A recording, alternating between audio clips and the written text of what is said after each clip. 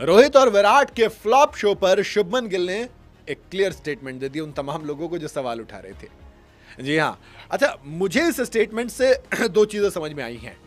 एक तरफ मैं कह सकता हूं कि रोहित और विराट का सपोर्ट करें, दूसरी तरफ मुझे लग रहा है कि शुभमन गिल रोहित और विराट को ड्रॉप करेंगे। वर्ल्ड कप से पहले सारे मैचेस नहीं खिलाने वाले। सब्र करो, जरा पूरी डिटेल में बताता हूं। टीम इंडिया इंग्लैंड के खिलाफ कमाल की जीत दर्ज करती है, 6 विकेट से हम जीतते हैं। T20 सीरीज 4-0 से हारे थे, कमबैक हमने करके दिखा दिया। लेकिन इस मैच में रोहित और विराट से उम्मीद थी। लंबे वक्त के बाद उतरे थे। रोहित तो चलो अफगानिस्तान सीरीज खेले तो उसके बाद आए, लेकिन विराट IPL के बाद अब नजर आए थे खेलते हुए। और तो ऐसे में उम्मीद थी हमें कि विराट को जलवा दिखाएंगे, विराट परफॉर्मेंस देंगे, लेकिन विराट नहीं कर पाए। महज 5 रन बनाकर विराट कोहली आउट हो गए, 11 रन बनाकर रोहित शर्मा निकल गए, यानी कि दोनों के दोनों फ्लॉप साबित हुए। लेकिन अब कैप्टन शुभमन गिल ने इशारों इशारों में खराब परफॉर्मेंस के बाद रोहित विराट का सपोर्ट करके उनका बचाव किया है। लेकिन बचाव के अलावा जो बात बोली है मेरे लिए वो भी उतनी इंपॉर्टेंट है। शुभमन गिल ने मैच के बाद इंटरव्यू में टीम इंडिया की बैटिंग के बारे में बात की। उन्होंने माना कि शुरुआती ओवर में देखो बैटिंग बिल्कुल भी आसान नहीं थी, रन नहीं बन रहे थे, बॉल हिल रही थी।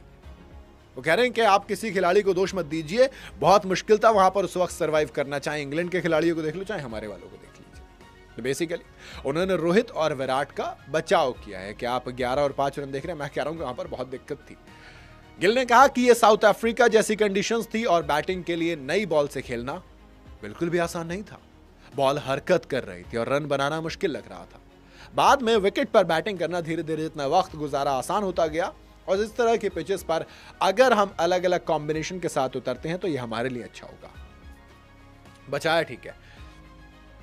अलग अलग कॉम्बिनेशन वाली जो बात है पता है कहां से निकल के आई है? यह है रोटेशन पॉलिसी।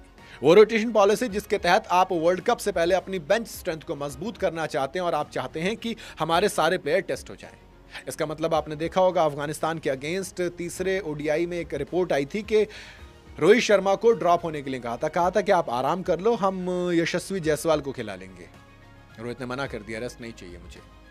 या फिर शुभमन गिल ने अपने आप को डिमोट किया, वो खुद नंबर 3 पर खेले और यशस्वी जायसवाल से ओपन कराया। उसे रोटेशन पॉलिसी कहते हैं। वैसे जब आप खिलाड़ी को ड्रॉप करके दूसरे को खिलाते हो, बेंच स्ट्रेंथ को रोटेट करते रहते हो, वो अब शुभमन गिल ने एक बार फिर से उसका इशारा किया है कि ठीक है, हमने आपका सपोर्ट किया, ठीक है पिच की कंडीशन मुश्किल थी, बट आपको हम चेंज भी कर सकते हैं, रोटेशन पॉलिसी के तहत ड्रॉप करें।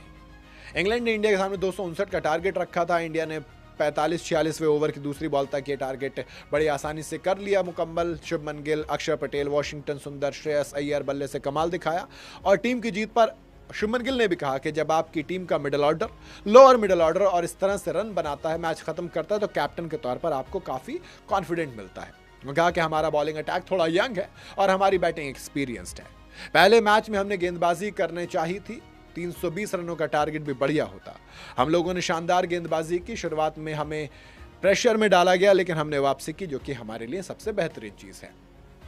सही बात है, बट रोटेशन पॉलिसी में विराट और रोहित को गेम टाइम ना देना मेरे ख्याल से नुकसानदायक होगा।